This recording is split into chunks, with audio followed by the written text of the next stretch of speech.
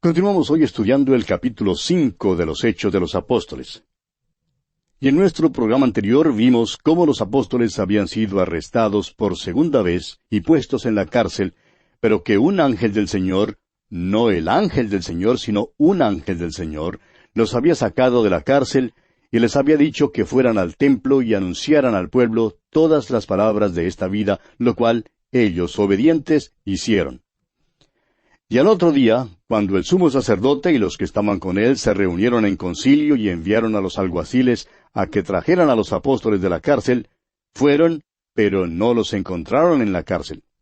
Y entonces volvieron y dieron aviso diciendo que habían encontrado la cárcel ciertamente cerrada con toda seguridad y los guardas afuera de pie ante las puertas, pero que cuando habían abierto no habían encontrado a nadie adentro. Y dijimos que eso mismo había ocurrido en la resurrección de Jesucristo. La piedra no fue corrida para que el Señor Jesús saliera. Él ya había salido cuando se corrió la piedra que tapaba la entrada de la tumba. La piedra se corrió para dejar entrar a aquellos que estaban afuera, como ocurrió aquí en esta ocasión con los apóstoles. Continuemos hoy leyendo los versículos 24 al 26 de este capítulo 5 de los Hechos. Cuando oyeron estas palabras, el sumo sacerdote y el jefe de la guardia del templo y los principales sacerdotes dudaban en qué vendría a parar aquello. Pero viniendo uno, les dio esta noticia: He aquí los varones que pusisteis en la cárcel están en el templo y enseñan al pueblo. Entonces fue el jefe de la guardia con los alguaciles y los trajo sin violencia, porque temían ser apedreados por el pueblo. Ahora estaban escuchando lo que ellos tenían que decir. Continuemos con los versículos 27 y 28. Cuando los trajeron, los presentaron en el concilio, y el sumo sacerdote les preguntó, diciendo: ¿No os mandamos estrictamente que no enseñaseis en ese nombre? Y ahora habéis llenado a Jerusalén de vuestra doctrina, y queréis echar sobre nosotros la sangre de ese hombre. Habéis llenado a Jerusalén de vuestra doctrina, dicen ellos. Amigo oyente, estos apóstoles eran buenos testigos, eran verdaderos misioneros en Jerusalén. El Evangelio tenía que ser predicado en Jerusalén y había sido predicado allí. Continuemos ahora con el versículo 29. Respondiendo Pedro y los apóstoles, dijeron: Es necesario obedecer a Dios antes que a los hombres. En otras palabras, no estamos haciendo esto para obedecerles a ustedes. Estamos obedeciendo a Dios. Ahora el versículo 30 de este capítulo 5 dice: El Dios de nuestros padres levantó a Jesús, a quien vosotros matasteis colgándole en un madero. Permítanos recalcar, amigo oyente, que Él, es decir, el Señor Jesús, fue colgado en un madero. No podemos entrar en detalles ahora, pero sí podemos decir que la cruz nunca se llamó una cruz, como lo pensamos en el día de hoy, una vara vertical atravesada por otra horizontal. Era solo un madero clavado en la tierra. Y esa es la palabra para esto aquí. Ahora el versículo 31 dice: A éste Dios ha exaltado con su diestra por príncipe y salvador, para dar a Israel arrepentimiento y perdón de pecados. Y continuó Pedro diciéndoles cómo ellos habían sido testigos de estas cosas, y también el Espíritu Santo, el cual ha dado Dios a los que le obedecen. Y esas autoridades entonces, oyendo esta exposición de Pedro, se enfurecieron, se llenaron de ira y querían matarlos. Y observe usted lo que ocurre aquí en el versículo 34 de Hechos capítulo 5. Entonces, levantándose en el concilio un fariseo llamado Gamaliel, doctor de la ley, venerado de todo el pueblo, mandó que sacasen fuera por un momento a los apóstoles. Gamaliel hizo salir a los apóstoles y dijo: Quisiera ahora hablar al Sanedrín. Gamaliel, a propósito, fue el maestro del apóstol Pablo. Era un hombre sobresaliente y muy respetado. Y les dijo aquí en los versículos 35 al 37, y luego dijo: Varones israelitas, mirad por vosotros lo que vais a hacer respecto a estos hombres. Porque antes de estos días se levantó Teudas, diciendo que era alguien. A éste se unió un número como de 400 hombres, pero él fue muerto, y todos los que le obedecían fueron dispersados y reducidos a nada. Después de éste se levantó Judas el Galileo, en los días del censo, y llevó en pos de sí a mucho pueblo. Pereció también él, y todos los que le obedecían fueron dispersados. Observe usted que Gamaliel cita algunos ejemplos de los que habían encabezado insurrecciones y que habían tenido seguidores. y les hace notar que en cada uno de los casos, una vez que el líder había muerto, sus seguidores se habían dispersado. De modo que les aconseja que no persigan a estos hombres, y les dice aquí en los versículos 38 y 39, «Y ahora os digo, apartaos de estos hombres y dejadlos, porque si este consejo o esta obra es de los hombres, se desvanecerá. Mas si es de Dios, no la podréis destruir. No seáis tal vez hallados luchando contra Dios». Gamaliel concluye con un consejo excelente. Les dice, si esta obra es de los hombres, se desvanecerá. Mas si es de Dios, no la podréis destruir. Qué interesante, ¿no le parece? El tiempo, claro, ha comprobado que esta obra era de Dios. Ahora ve usted lo que hacen ellos aquí en el versículo 40. «Y convinieron con él, y llamando a los apóstoles, después de azotarlos, les intimaron que no hablasen en el nombre de Jesús, y los pusieron en libertad». Ahora aquí hay algo que no está bien. Si estos hombres eran inocentes, debieron quedar en libertad. Y si eran culpables, debieron detenerles y castigarles, no azotarles y luego dejarles en libertad. Eso fue un triste subterfugio. Debieron haber escuchado con más cuidado el consejo de Gamaliel. Leamos ahora el versículo 41 de este capítulo 5 de los Hechos. «Y ellos salieron de la presencia del concilio, gozosos de haber sido tenidos por dignos de padecer afrenta por causa del nombre». Mire usted a estos apóstoles. ¿No le parece que son maravillosos, amigo oyente? Se gozaron de que habían podido padecer afrenta por causa del Señor Jesús. Y ahora el versículo 42 continúa diciendo, «Y todos los días, en el templo y por las casas, no cesaban de enseñar y predicar a Jesucristo». ¿Sabe usted, amigo oyente, qué es el Evangelio? El Evangelio es una persona, es el Señor Jesucristo. ¿Cuán importante es tenerle hoy, amigo oyente? ¿Le conoce usted como su Salvador personal? No hay punto intermedio, amigo oyente. O bien confíe en Él, o bien no confíe en Él. O bien Él es su Salvador personal, o de otra manera, usted no tiene Salvador alguno. Ese es el mensaje central, y los apóstoles no cesaban de enseñar y predicar a Jesucristo. Y bien, así concluimos el capítulo 5 de los Hechos de los Apóstoles. Pasamos ahora al capítulo 6.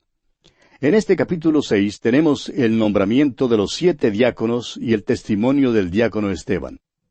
Vemos ahora otro resultado de la defección que había en la iglesia.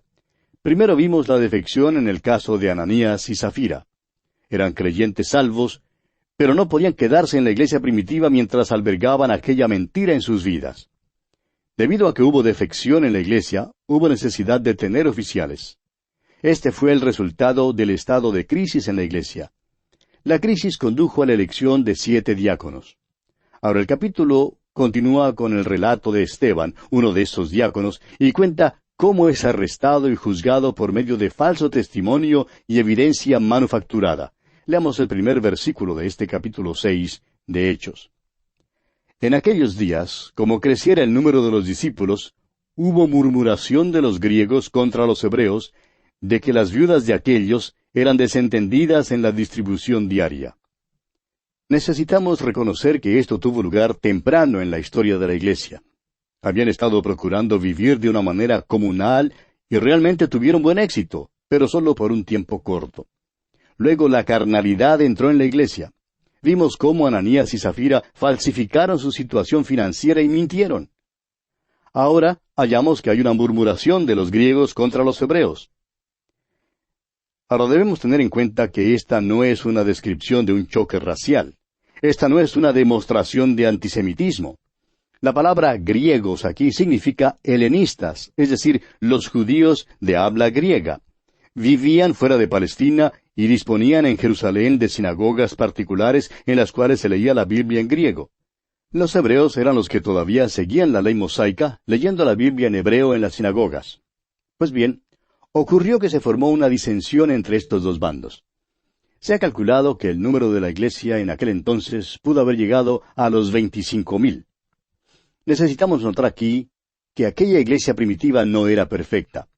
Oímos decir a los hermanos a veces que necesitamos volver a la iglesia primitiva. La iglesia primitiva estaba consciente de poder y hoy en día nosotros solo estamos conscientes de problemas. Pero amigo oyente, eso es solamente una parte de la verdad. La iglesia primitiva sí tenía poder, como ya lo hemos dicho. Pero no digamos que la iglesia primitiva no tenía sus problemas. Es posible que nosotros estemos conscientes de nuestros problemas hoy en día, pero ellos también tenían sus problemas. El alto nivel al cual el Espíritu había elevado a la iglesia fue interrumpido por la intrusión de una división y confusión satánica. La repartición equitativa de los bienes materiales, cosa que primero caracterizó a la iglesia, se dio ante el egoísmo de la vieja naturaleza, es decir, entró la carnalidad. Y los griegos, evidentemente un grupo disidente, se sentían desatendidos y demandaron que sus viudas recibieran igual consideración que las hebreas. Esta forma comunal de vivir no resultó tan bien como les hubiera gustado. Y así por último sus quejas llegaron hasta los oídos de los mismos apóstoles. Ahora el versículo 2 de este capítulo 6 de los Hechos dice: Entonces los 12 convocaron a la multitud de los discípulos y dijeron: No es justo que nosotros dejemos la palabra de Dios para servir a las mesas. Los apóstoles creían que no debían desistir del estudio de la palabra de Dios. Creían que era muy importante seguir en esos estudios. Sabían que si desistían de su estudio de la palabra de Dios para servir a las mesas, eso sería su ruina. Ellos debían pasar tiempo en la oración y en el estudio de la palabra de Dios. Y es importante, amigo oyente, que toda iglesia reconozca esto hoy en día. El pastor debe tener tiempo para estudiar la palabra de Dios y debe tener tiempo para orar. Lamentablemente, la iglesia ordinaria de hoy en día busca a un pastor que sea organizador, promotor y un administrador. Y eso es una lástima porque el resultado es que la iglesia sufre. Ahora leamos los versículos 3 y 4 de este capítulo 6 de los Hechos. Buscad, pues, hermanos de entre vosotros, a 7 varones de buen testimonio, llenos del Espíritu Santo y de sabiduría, a quienes encarguemos de este trabajo. Y nosotros persistiremos en la oración y en el ministerio de la palabra. Los apóstoles les mandaron a buscar entre ellos a 7 hombres. Los diáconos debían ser elegidos por la iglesia. Tuvieron que ser nombrados debido a la crisis que se había presentado. Los apóstoles creían que era importante que ellos no se encargaran de este detalle para poder así dedicarse más a la oración y al ministerio de la palabra de Dios. Ahora fíjese usted en los requisitos de estos 7 hombres que, como veremos, van a asumir el cargo de la distribución diaria. Y tememos que estos requisitos sean olvidados en la iglesia ordinaria de hoy en día, cuando los diáconos son elegidos. Permítanos decirle, amigo oyente, que el cargo de diácono requiere espiritualidad, sabiduría y oración. Estos hombres tenían que ser hombres de buen testimonio. Su testimonio tenía que ser indisputable. En realidad, es una cosa trágica que una iglesia tenga un diácono cuyo testimonio es cuestionable, tanto así que los hermanos no puedan confiar en él. Tal hombre no debe servir como diácono. Estos hombres, pues, debían ser llenos del Espíritu Santo. No debían ser llenos de vino, sino llenos del Espíritu Santo, como dice el apóstol Pablo en su carta a los Efesios, capítulo 5, versículo 18. Además, debían ser hombres llenos de sabiduría. Debían ser espirituales y capaces de hacer una aplicación de la verdad espiritual. Eso era de suma importancia. Es que el hecho de que asumieran el cargo de la distribución diaria propende a darles una vista desproporcionada de las cosas. Por tanto, es de mayor importancia aún que los diáconos sean hombres que ven las cosas desde un punto de vista espiritual. Se nos da ahora una descripción de uno de esos diáconos, Esteban. El versículo 10 nos dice que no les fue posible resistir la sabiduría y el espíritu con que hablaba. Tenía una verdadera convicción, era un hombre lleno de fe. No solo tenía la fe salvadora, sino que también poseía la fe que sirve, una fe que testifica. No era la cantidad de su fe, sino el objeto de su fe lo que era importante. Nos enteramos, según el versículo 8, que Esteban era lleno de poder. Estas, amigo oyente, constituyen las cualidades más importantes de hombres que son elegidos como diáconos. Continuemos ahora con el versículo 4 de este capítulo 6 de los Hechos. Y nosotros persistiremos en la oración y en el ministerio de la palabra. Ese era el deber de los apóstoles. Ahora los versículos 5 y 6 dicen: Agradó la propuesta a toda la multitud, y eligieron a Esteban, varón lleno de fe y del Espíritu Santo, a Felipe, a Prócoro, a Nicanor, a Timón, a Parmenas y a Nicolás, prosélito de Antioquía, a los cuales presentaron ante los apóstoles, quienes orando les impusieron las manos. No podemos decirle más en cuanto a los últimos 5 hombres que se mencionan aquí, ya que no son mencionados más en la Biblia. En cambio, veremos que los primeros 2, Esteban y Felipe, serán mencionados nuevamente al seguir nuestro estudio del libro de los Hechos. Todos estos fueron hombres sobresalientes en la iglesia primitiva. Fueron hombres que sirvieron como diáconos en la iglesia primitiva y según los requisitos que ya vimos para tal oficio, sabemos que eran hombres espirituales. Ahora, amigo oyente, a veces parece que se le da un aspecto muy ceremonial y misterioso y aún casi mágico a esto de la imposición de manos. Muchos creen que produce algún poder espiritual. Creen que la imposición de manos comunica algo a la persona.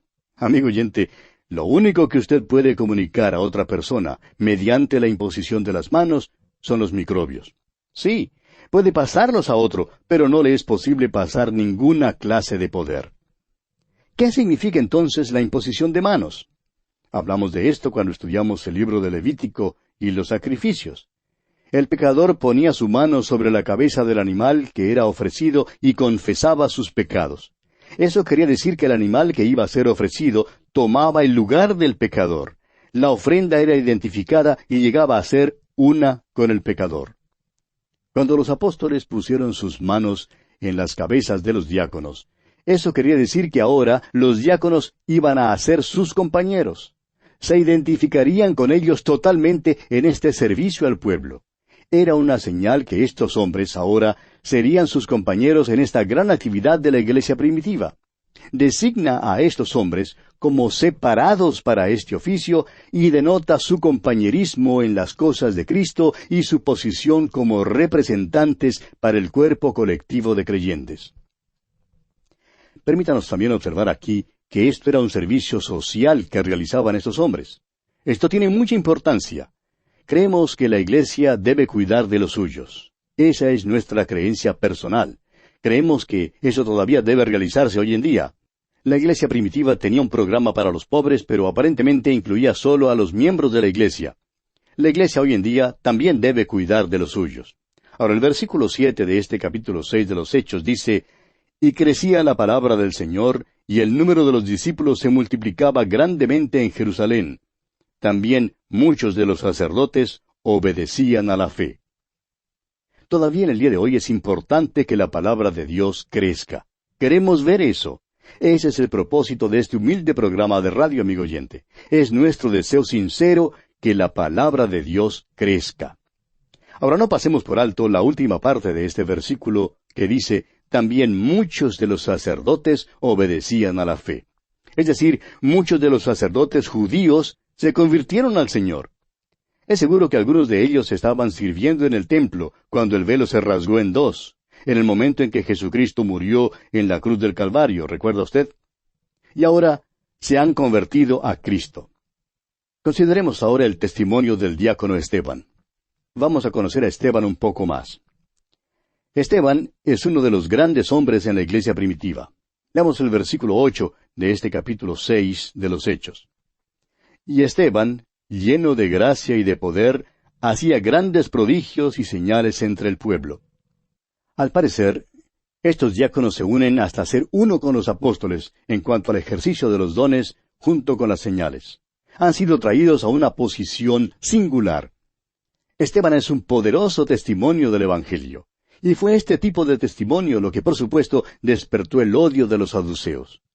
Testigos falsos aparecen entonces ante el concilio para acusar a Esteban. Leamos los versículos 9 hasta el 15 de este capítulo 6 de los Hechos. «Entonces se levantaron unos de la sinagoga llamada de los libertos, y de los de Cirene, de Alejandría, de Cilicia y de Asia, disputando con Esteban. Pero no podían resistir a la sabiduría y al espíritu con que hablaba. Entonces sobornaron a unos para que dijesen que le habían oído hablar palabras blasfemas contra Moisés y contra Dios. Y soliviantaron al pueblo, a los ancianos y a los escribas, y arremetiendo le arrebataron y le trajeron al concilio. Y pusieron testigos falsos que decían: Este hombre no cesa de hablar palabras blasfemas contra este lugar santo y contra la ley, pues le hemos oído decir que ese Jesús de Nazaret destruirá este lugar y cambiará las costumbres que nos dio Moisés. Entonces todos los que estaban sentados en el concilio, al fijar los ojos en él, vieron su rostro como el rostro de un ángel. Ahora veamos esta escena que se desarrolla aquí un poco más de cerca. Esteban es llevado ante el Sanedrín y también son traídos los testigos falsos. Los testigos falsos hablan la verdad, pero solo en parte. El Señor Jesús sí dijo que destruirían el templo y que Él lo levantaría nuevamente. Pero Él estaba hablando de su propio cuerpo.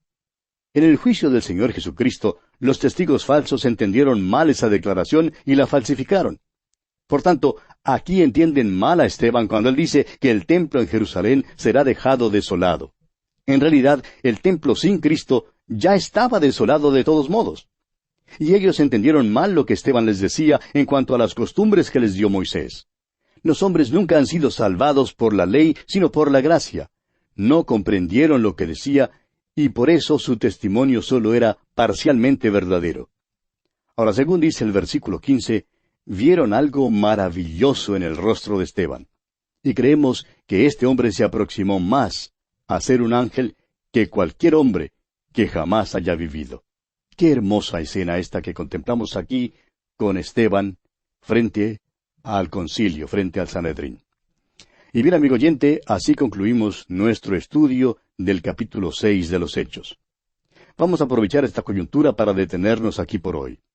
En nuestro próximo programa, Dios mediante, iniciaremos el estudio del capítulo 7, donde veremos la defensa y el martirio de Esteban.